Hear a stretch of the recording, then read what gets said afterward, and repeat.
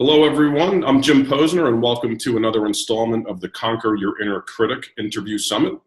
Today's guest is Dr. Srini Pillay. I feel honored to have such an accomplished guest today, I have to say. Srini has been described as one of Harvard Medical's most prescient innovators. He is an accomplished author, psychiatrist, coach, brain researcher, musician, provocateur, and poet. Now, I have to tell you, Srini's bio is incredibly extensive and impressive, and I thought about abridging it a little bit, but I really think it's important to go through this, so I'm going to ask you to pay attention and just listen to Srini's incredible accomplishments. Dr. Srini Pillay is Assistant Professor of Psychiatry at Harvard Medical School. After graduating at the top of his class from medical school in South Africa, he received a Medical Research Council scholarship to study the neurochemistry of panic. Thereafter, he completed his residency in psychiatry at McLean Hospital, which is Harvard's largest freestanding psychiatric hospital with the most accolades ever given to a single resident. Srini also completed fellowships in psychopharmacology, structural brain imaging, and functional brain imaging.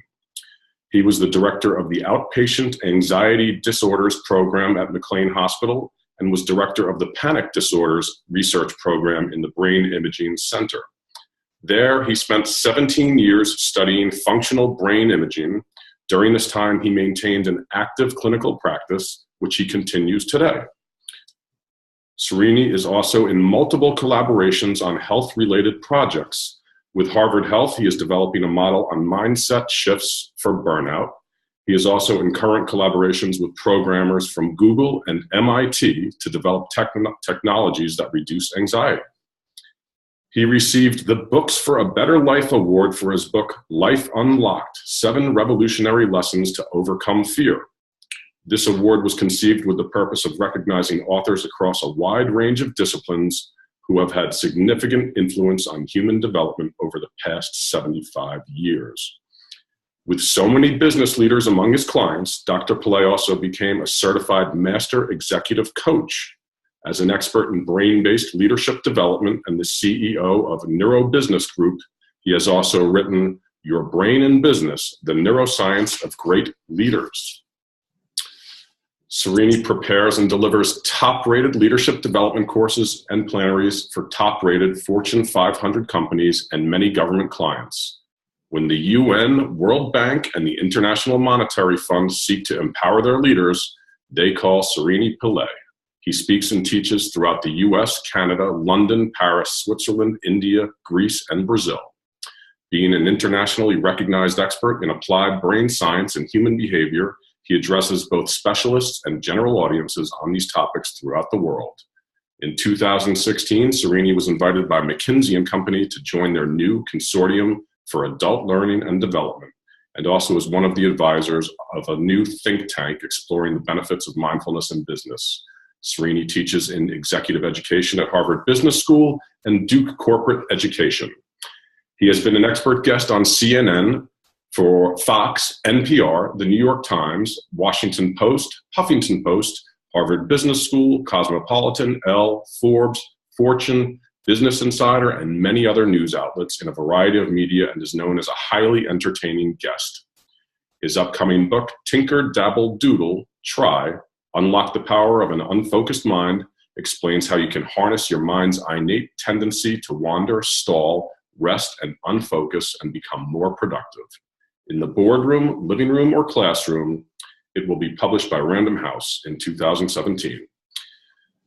With Renaissance man bona fide, Srini is an unabashed dabbler, a polymath, an accomplished musician, award-winning poet, and gourmand who frequently exports insights from neuroscience to other art forms, such as a new program that will combine neuroscience and music for use in corporate development. Wow, really, really impressive bio. I need to catch my breath for a moment. So Srini, before we really get into what you're doing now and what your career has been as far as a scientist and psychiatrist, researcher, etc., can you tell us a little bit about how you grew up and where you grew up and maybe how that may have influenced where you are today? Sure. Well, firstly, thank you for having me on. It's really lovely to have these conversations where we can sort of think together about ways in which we can, I think, hopefully inspire and provide some guidance to people who can reach their greatest selves. And I think for me, to a certain extent, my upbringing was influential. I grew up in South Africa. I grew up during apartheid.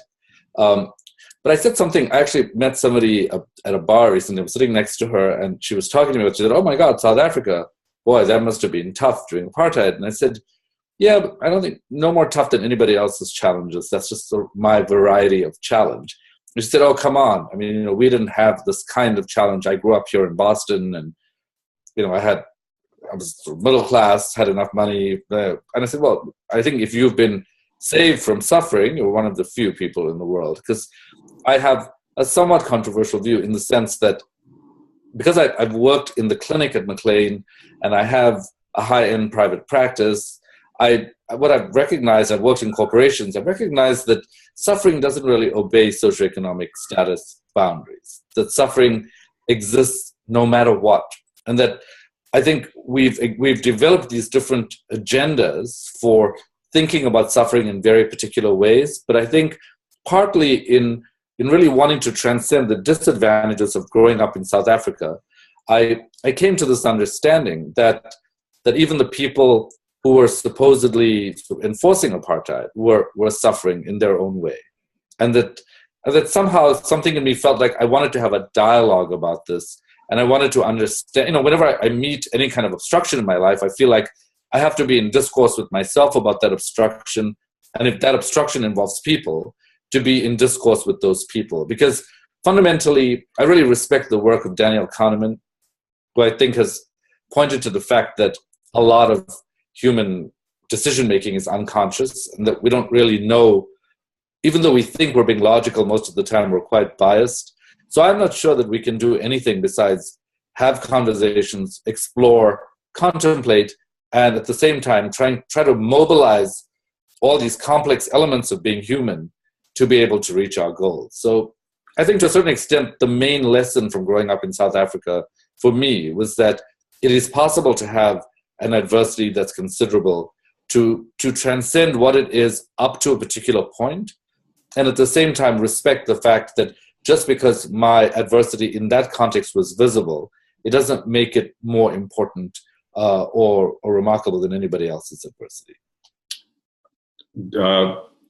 I love it. As somebody who suffered through a period of anxiety also, and I have studied mindfulness and I've gone through teaching practicums, somebody I actually studied with was a special forces in the military. And I used to say to him when we were studying mindfulness and learning how to become teachers and so forth in mindfulness, I used to say, I had my anxiety issues and I am almost embarrassed to talk about them with you because on the surface they seem so trivial compared to the things that you've seen in the Middle East. This is a person that was in the special forces and did, right. 5 or 6, 5 tours or something in Iraq and God knows where. But he actually said to me, you know what? No, everybody, everybody's anxiety is real and what they're going through, and don't feel like what I was going through was any more severe than you. Yeah. And I was gracious. I still don't know if I believe it, but I think it's some truth to it. It's still hard for me to compare. Well, anxiety itself is such a double-edged sword. I think one of the things that I found, which was sort of interesting when I was running the anxiety disorder service at McLean, I found that initially I loved everything in psychiatry. So when my mentors were like, what do you want to do after you graduate? I was like, I don't know. I'll do anything. I love all of it. It's all human, the human condition. It's brain science and thinking about human psychology. And they needed a director of the outpatient anxiety disorder service. So they said, go do that. And I was like, this is going to be like easy, because compared to a lot of other conditions, we have anxiolytics like benzodiazepines. We have SSRIs, which help people. I was like, SSRI, benzo, think about the therapy, cognitive therapy. And a lot of people were relieved by this combination. But then I started to realize that anxiety was not always a symptom of an illness, or that as distressing as it could be, it often heralded transcendence. So, for example, I started to worry about what I was treating when an entrepreneur on the edge of a major breakthrough would say, I'm just freaking out of my mind. I'm so distressed by my anxiety. I need something to medicate me. I wouldn't want them to be in pain, so I would give them something to help them. But at the same time, I would then take away the motivation that they had to transcend one state and move into another state. So I have to say that I've become very humbled by when I hear somebody say, I'm really anxious and it's very uncomfortable. On the one hand, I recognize their discomfort. On the other hand, my curiosity is piqued about what level of transcendence they're hovering around, that they're almost about to enter some other state of being. Yeah, that's really interesting. I can relate because, again, having gone through a bit of a journey, and I feel as though when I was growing up, I never was really an anxious kid, and then I had what I think some people refer to as event-based, event-triggered anxiety. I went through a job loss when my wife was pregnant with our first child, and that just kind of sent me on this spiral downward. And to be honest with you, before that happened, and I got thrust into this world of anxiety, acute anxiety and panic attacks and going through a period of depression, I honestly used to kind of not understand it and think that people were using it as an excuse almost to, depression and just almost to be lazy. And I have a measure of guilt now for feeling that way, because now, having gone through it after that, it is paralyzing and it's real, and it's very hard to overcome as well. So, kudos to you for the work you do for helping people get through this. It is really, really debilitating, and people that have never gone through it, it's hard to relate to and don't understand it. So to that end, have you ever gone through any bouts of severe anxiety or depression? So no, I haven't had any sort of clinical bouts of anxiety or depression, the thing we would call clinical bouts of anxiety or depression. But I've certainly been plenty anxious, and I've had moments of sadness that have felt quite intense. I think to a certain extent, it's genetics, to a certain extent, environmental protections kick in. But I would have to say, even now, as I think about the evolution of the message I want to convey, as I think about, a lot of what I'm doing, and I think now what you're doing, will be about how much of yourself can you share with the world.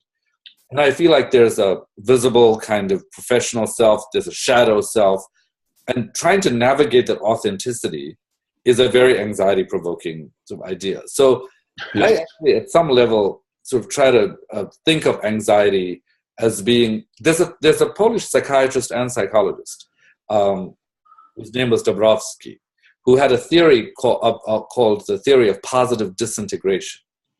And he believed that gifted people and all people, they studied this first in gifted people, but found this in general in all people, have to go through a period of disintegration in order to reintegrate. So on those mornings when I get up and I'm feeling particularly queasy and I'm feeling particularly unsettled about something in myself, and there are always things you can point to that are causing that anxiety, I think that I usually say to myself, okay, if I think about this within the framework of the theory of positive disintegration, what's the opportunity when I start to come apart in these different ways? Like, how can I reconstitute to a higher level of myself? And so I think to that extent, I feel like my anxiety is intense when I have it. And I certainly, I think when I was younger, I think as a teenager, my sadnesses felt more palpable the way that people talk about them. Now I'm sort of deeply respectful about the human condition, but also most of the time I feel like I don't know what's happening. I feel like all the theories I've read, all of those things you were reading in my bio, I think I love having those frameworks to be able to help both myself and others navigate these worlds. But on the other hand, I feel like I think I'm most served by my willingness to be ignorant, because I think it makes me want to explore more. And it's a thing that I always recommend to people. I think that, of course, there's a downside to ignorance when you need to know how to do something and you can't do it. But there's a huge upside to it, to the extent that it allows you to be curious and it allows you to discover. And I think a lot of anxiety is about being in the state of conflict. Like I think human nature is fundamentally paradoxical. And I think even though we declare ourselves one way or the other, I'm an extrovert or an introvert, or I like to eat this, but not that. This is my sexual preference, but whatever it is that people feel like they have to polarize themselves as, it's not like my job to tinker with that. But I would suggest to people that they recognize that they are far more complex than these sterile, oversimplified categories. Like, people be like, oh, I'm the head of human resources at some, like, really? Is that who you are? Like, you're what? Like, you look like an amazingly passionate human being who might be really awesome to hang out with. And if you gave me those two choices, it would be very hard to skip the invitation to hang out with the awesome human being who's really nice to hang out with. So I just feel like, partly because of the Industrial Revolution, probably, we've grown to become specialized in a certain way, and we've grown to identify ourselves in non-confusing ways. But I can tell you, one of the most anxiety-provoking questions, talk about anxiety, for me, is when people ask me, what do you do?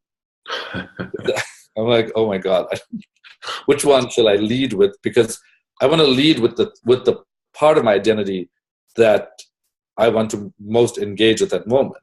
So if it's like, if I want to think about food, I don't really want to say to somebody, I'm a psychiatrist, because then they're going to keep on asking me about being a psychiatrist when I want to talk about food. Right. No doubt. And you do have a pretty wide array.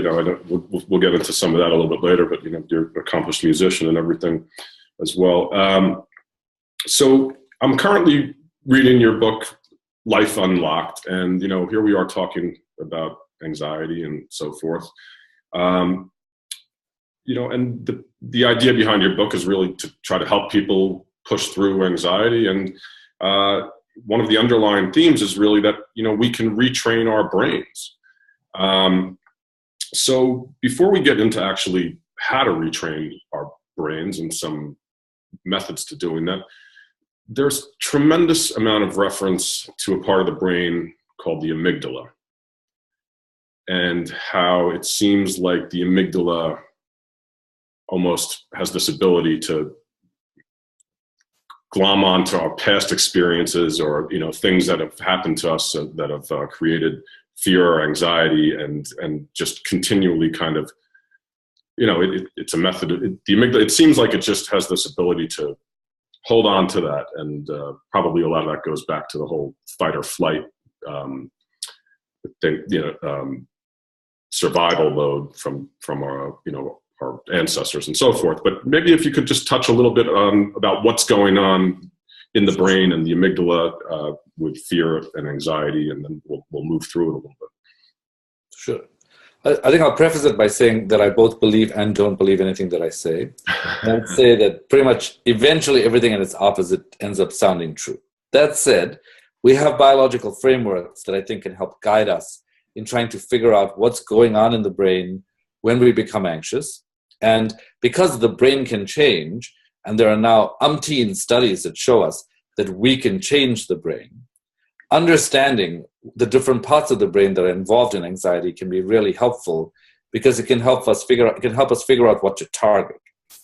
So the amygdala is a sort of group of nuclei on the right and left sides of the brain. And by nuclei, I'm talking to a collection of brain cells that actually process human emotion, not just fear. However, when there's fear, it jumps to the front of the line. And the thought is that evolutionarily, fear requires us to protect ourselves. So in the way in which we're wired, we have to process that first to make sure we're not in danger. So when we're afraid, we can be afraid consciously, like, you're about to go to a board meeting, or you're about to go on a date, or you're about to look up your bank account. You feel sort of freaked out consciously. You're afraid. Your palms are sweaty. Your heart is racing a little bit. That's what conscious fear is. But you can also be afraid unconsciously, meaning your amygdala may be activating a lot, but you may not be aware of it at all. So one way we know this from the brain research is if I show you an anxious or fearful face for 0 to 10 milliseconds, nothing will happen in your brain. If I show you this face while you're lying in a scanner and looking up at the image for 10 to 30 milliseconds, you won't know that you've seen the face. It's too fast. It's a flash and it's gone. But if I look in your brain, I will see that that your amygdala activates to that face. It processes that emotion. And then between 30 and 150 milliseconds, your amygdala activates and you know that that's happening. So let's say you're walking by someone who's freaked out. You may not register consciously that you're freaking out, but unconsciously your brain can pick up that freak out. You may have your feelings tucked deep under. You may not even know that you're afraid. Yet at some level, your amygdala can activate. Now, the reason this is important to know is that the signs of anxiety are not always, sweatiness, trembling, unsteadiness, feeling sort of not like reality is not really real, nausea, tingling, shortness of breath, fear of dying, fear of going crazy. These are overt signs of anxiety. But the signs of anxiety may show up as problems in your thinking. So they may show up as, man, I'm hitting a wall. Like, I don't know what to do. Or I'm trying to leave my job, but I have no idea how to leave my job to go somewhere else. Or they may show up as like, I just can't get stuff done in time. Now, when it shows up as anxiety, you know it's anxiety, so you manage it. But when it shows up as abnormalities in thinking or slower processing, because you're not feeling anxious, you don't think about it, not realizing that the feeling brain, which involves the amygdala, is directly connected to the thinking brain. And so when it's unconscious, you get these earthquakes going on in the amygdala, and the aftershocks are transmitted to the thinking brain. But because you can't feel what's going on in the amygdala, all you can feel is your frontal cortex discombobulated, and you can't get stuff done, you can't concentrate on things, you're not operating at your highest potential. So the amygdala, I think a lot of people believe, is a primitive remnant that we've inherited that may not even have the role to play that it used to have. So there are people who believe that, at the time that you were roaming around in a forest and there were lions and tigers around, maybe you needed to have an amygdala to be super sensitive to everything around you.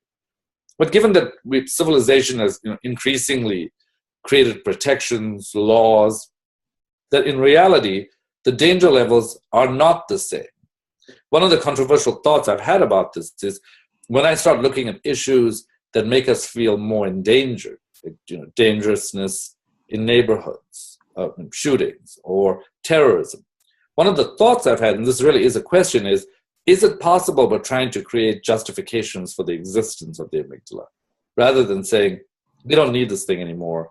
How about we move on from it or learn how to manage it so we can move forward? Gotcha. Very, very, very interesting.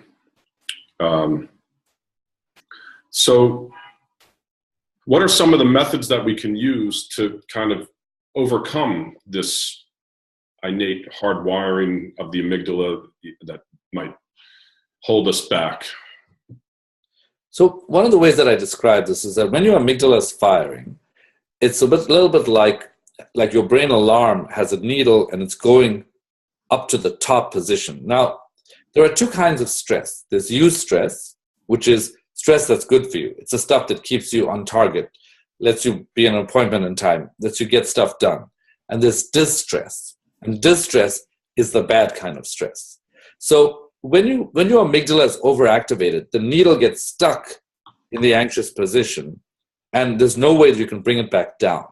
So one of the things you want to learn is, how do I access this part of the brain and drive blood away from it so the neural tissue is not activating, and send it back to where I need it, which is in the thinking brain? So what I like to describe to people is that there's a mnemonic that I use to remember 5 easy ways. And to anyone who's listening, I would encourage them to take out a piece of paper and a pen and write down sort of this mnemonic, which is circa. And I'll tell you what each letter stands for. The first C is for chunking. which means, you open up a bill and you're like, oh my God, there's no way I'm going to be able to pay this bill. And you're like, wait a minute, I can pay this over time, and I can try to figure out, I can call the people, see what their flexibility is. You chunk things down into little pieces. And the moment you do that, your amygdala doesn't feel overwhelmed. So you're now starting to help, and it doesn't overwhelm your frontal brain, which contains information. Like sometimes you get, like I'm always careful when I'm talking about this, because I'm like, we have a short-term memory cup in the brain. And if I just keep on giving people a lot of information, it's going to overflow. So I like to chunk it down into little pieces, make sure that it's there, make sure it gets digested, and then it'll make them less anxious. But the first C is for chunking. The I is for ignore mental chatter, which is really mindfulness, which is learning at moments of high anxiety to place your brain's attentional flashlight on your breath and ignore whatever mental chatter is going on. The R is for reality check, which is basically this too shall pass. Like, you get an IRS note and you're like, oh my God, I'm getting audited. You're like, I can't believe it. My life's falling apart. What am I going to be doing? Or somebody breaks up with you and you're like, oh my God, I can't believe this is happening. Or you fail an exam, or you lose your job. It's like, you know what? This is going to pass. Reassuring your brain that this is going to happen by using self-talk, which is really the reason I'm so excited about this, is that, and I'll talk more about this if you'd like to, is that self-talk can change brain wiring. So by saying to yourself, this too shall pass, you're giving a message to your frontal cortex that this catastrophe that just happened is actually going to pass, because in most cases it does. Then the second C is what I call control check, which is most of us are holding on to something that we are not directly in control of. People freak out about the elections. They freak out about the stock market. They freak out about the weather. It's like, oh my God, it's going to be snowing today. It's like, well, what do you think you're going to do about that? It's snowing. Try to communicate what you need to around that, and then manage it. It's like, I can't believe this is happening to the stock market. Well, there's stuff you can do there, but most people don't have control over the macro picture. So if we can just identify every week one thing we want to let go of. Like a really common thing is when people have been together for a long time, they often want to control their spouses. They never give this up. They're like, I want this person to become orderly. I want this person to become more something. They often don't. You love them, but they're just not some replica of who you are. So why go around every day trying to control that process? If you let it go, that's who they are. So and the last A is attention shift, which is learning to take the flashlight away from the problem and asking the right kind of question, which is, how do other people solve this? How do other people do this? So if you are somebody earning $60,000 and you're stuck in a corporation and you're thinking, I want to make $100 million in 10 years. Rather than saying that out loud, and overwhelming your brain, what you can say is, has there been anybody who's been poor or poverty-stricken who's become rich in the world? Is that even possible? It's like, well, yeah, it's possible. It's happened. That's cool. So that can happen. So then I want to think, how do I place my attention on the solution? How do I learn about how other people did it so I can begin to solve that problem? So chunking, ignoring mental chatter, reality check, control check, and attention shift are all simple ways to move brain blood flow away from the amygdala, back to the prefrontal cortex, away from the emotional brain, back to the thinking brain. And what I was saying about self-talk is that we now know through extensive studies on cognitive therapy, but also studies on self-talk, that every time you talk to yourself, it changes your brain and it regulates your emotions. Just think about tennis players walking back to the baseline. You watch Serena Williams play. She's like, come on, Serena, you can do it. When she's doing that, she's reminding herself. And actually studies show that self-talk is more effective in the second person than it is in the first person. So if you call yourself by name and act as if you're talking to someone, it reduces your stress and anxiety. Fascinating, really. You're really bringing the science to a lot of the kind of self-help arena, the stuff that I've always read, self-affirmations and all these types of things. And, it's just kind of some guru who's made a lot of money by being a self-help guru, but never really brought any science into it. So, the fact that, you're now really bringing the science to it, I find it fascinating. I also, a lot of the circa reminded me of Mark Twain's great quote, most of the worst things in my life have never actually happened to me.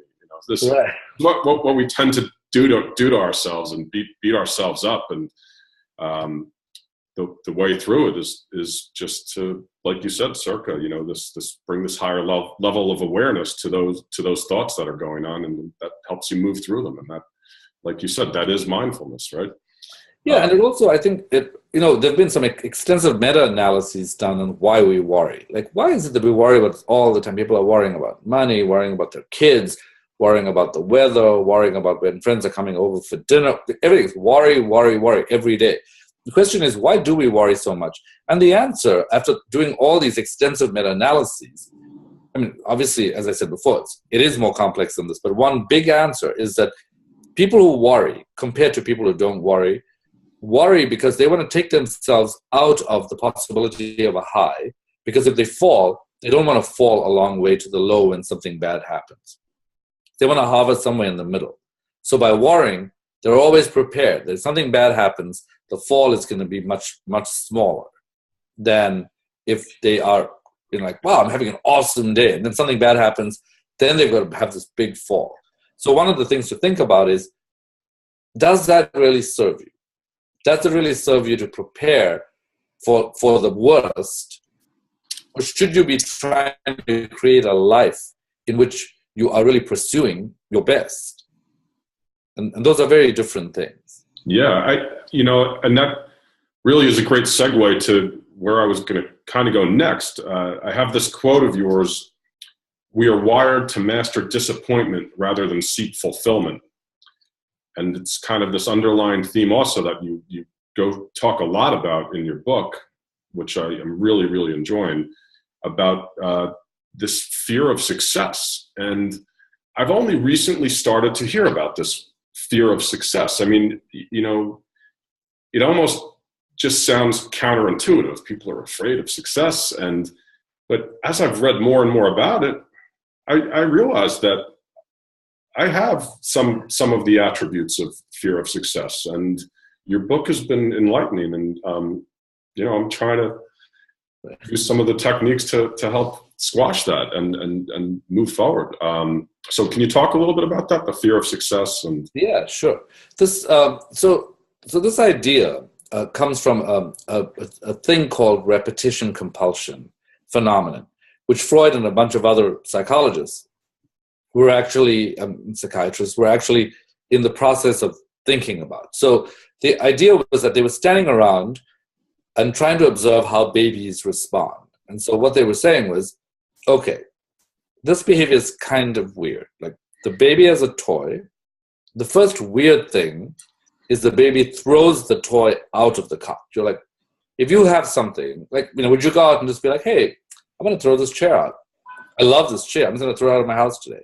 Hey, I love this lampshade. I'm just going to throw it out. Hey, I'm like, what is with the baby? The baby like owns the toy, but wants to throw it out. Then they were like, that's weird enough. But then the baby starts crying. And they're like, wait a minute, you threw the thing out.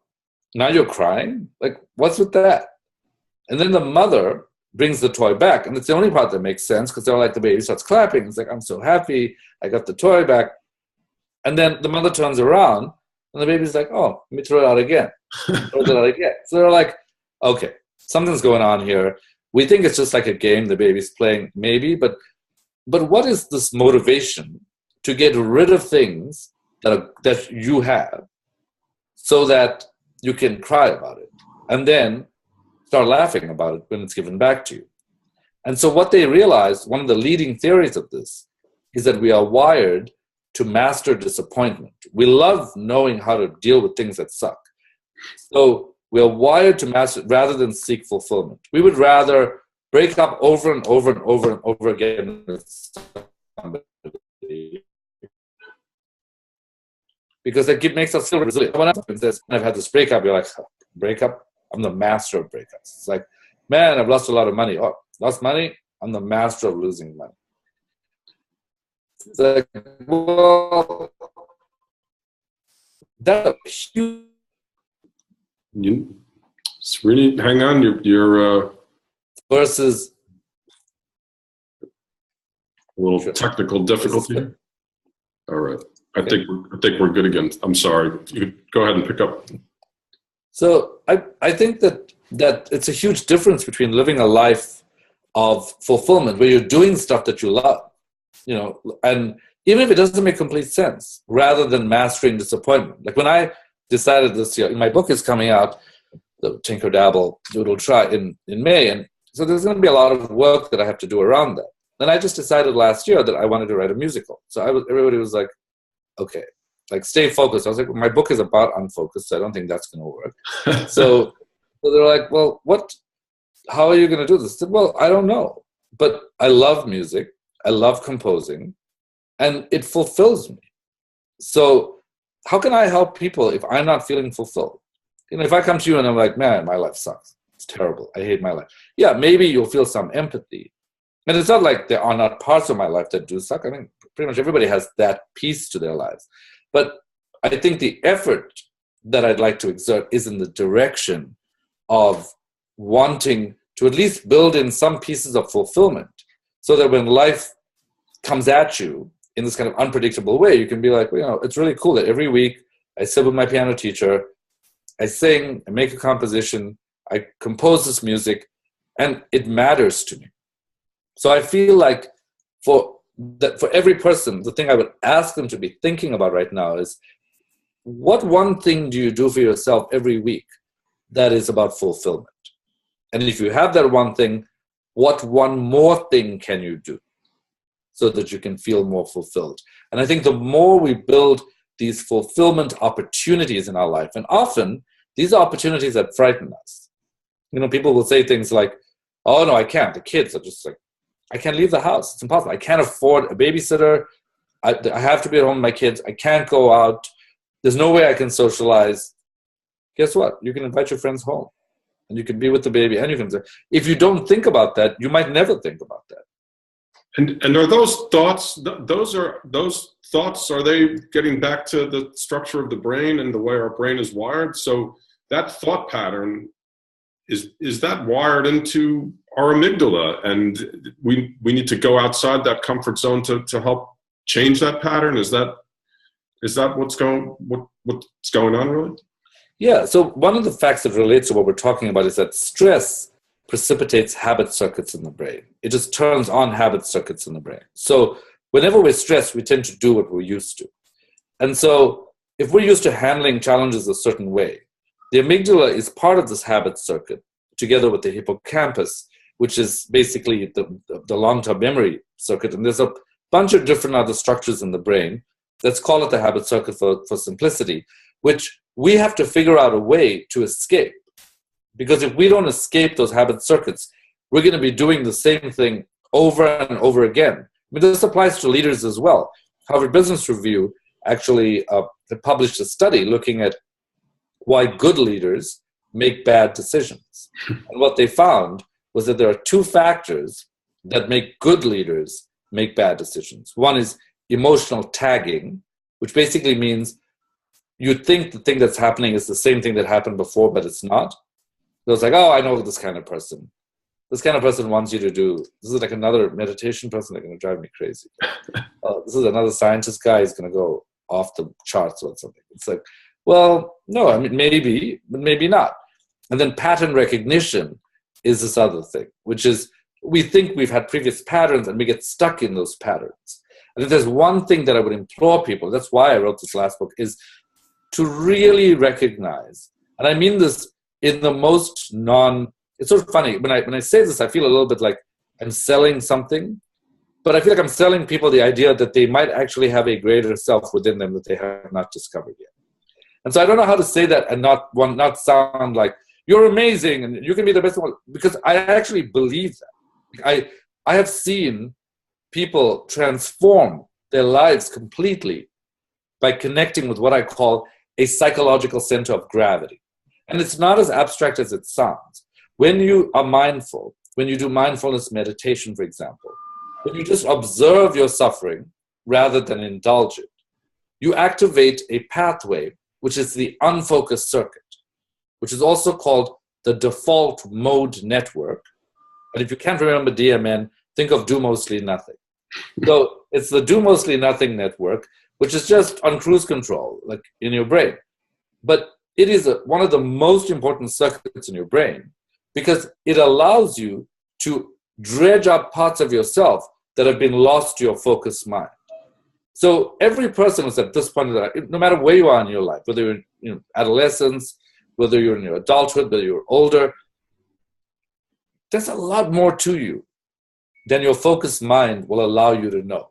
It's like, remember that day when you sat with your grandmother and you were on the lawn and the beautiful breeze was like blowing through your hair and you were dreaming about a life?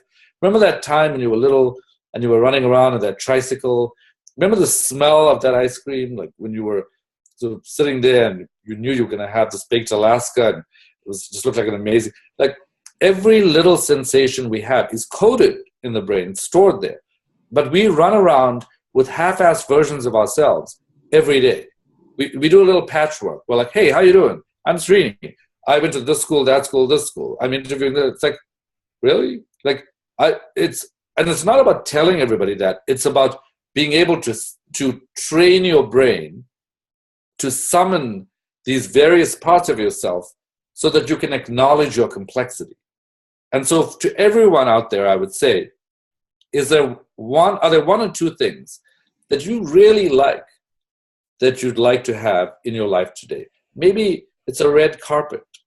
Maybe it's a beautiful pink jar that you saw somewhere. Maybe it's a football that you just wanted to see around you. Pick up an object that you love. And I always tell people to practice this, connecting to yourself. Pick up something, it can be 50 cents, it can be $1. Pick up something that you think reminds you of something that is quintessentially you, that doesn't come up in your day-to-day life.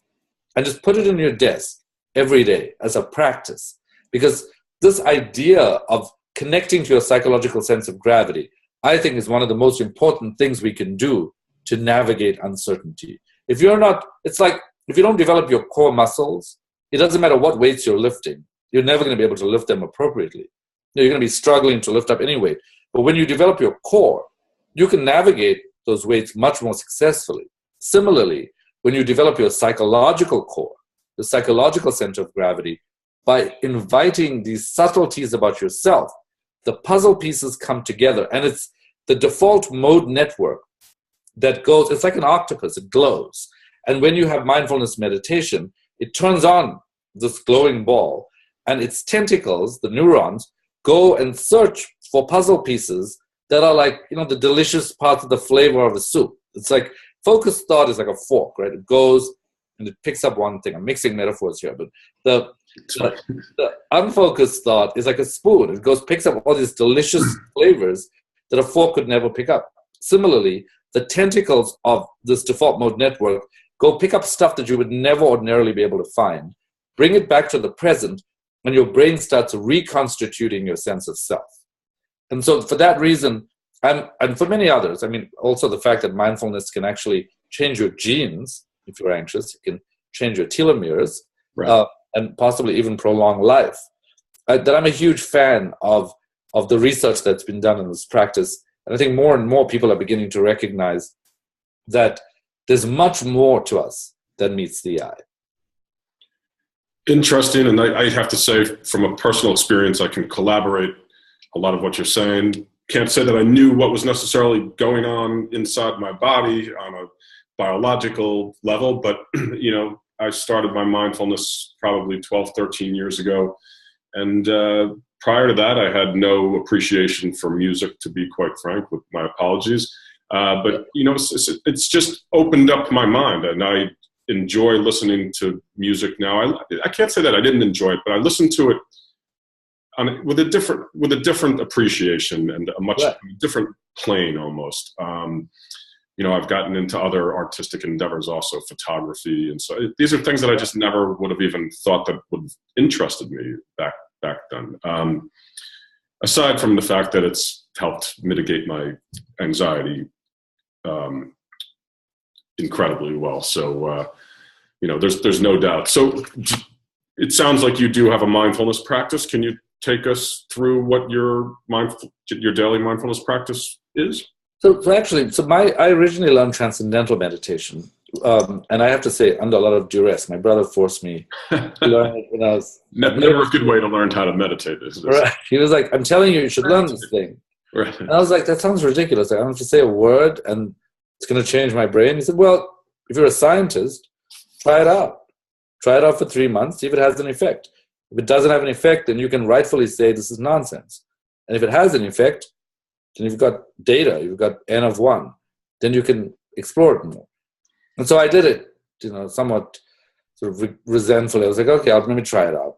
I tried it out, and it changed everything. It changed my academic performance. It changed my sense of self, my integration. I am not always regular now, though. And I think part of it is sort of, as much as I'm talking about the stuff in a linear way, I think, life is sort of more complex. I think one of the reasons I describe myself in my Twitter profile as somewhere between martinis and meditation, I feel like sometimes life just pulls me in a direction that's about life and not about being observant about my thoughts. And so, that happens. And when I recognize that, I'm like, okay, we need to go back to this practice. And I can tell you that even though I'm not always regular, I really feel like having that framework and making it regular can significantly change your brain, because of all the forms of meditation, actually, transcendental meditation is great. It does have research behind it. I use it because it's a personal practice. But from a scientific perspective, it's mindfulness meditation that has the most research backing it up. And this doesn't involve saying a mantra. It actually just requires you to place your attention on your breath. And whatever this chatter is, you just let it go on. And I think, so some people say things to me like, oh my God, I can't even imagine sitting in a chair for like 30 seconds, let alone 5 minutes or 20 minutes. And I say, you know what, there are other forms of meditation. There are walking meditations you can learn. There's Headspace on the internet, which you can use to engage yourself. There are lots of ways to meditate. It doesn't mean you have to be sitting on a floor with your hands together chanting something. Right. I think it's simply about, the question I always ask people is, how much time on any given day do you spend savoring the deliciousness of your own thoughts and brain? How much time do you ever check it out? Be like, well, I wonder what's going on in there. Most people spend almost no time inside their own heads. They are basically so captured by perception. And yet perception is so limited. You don't hear a dog whistle. You see mirages. You see things that don't exist. Perception is great up to a point, but it's also very misleading.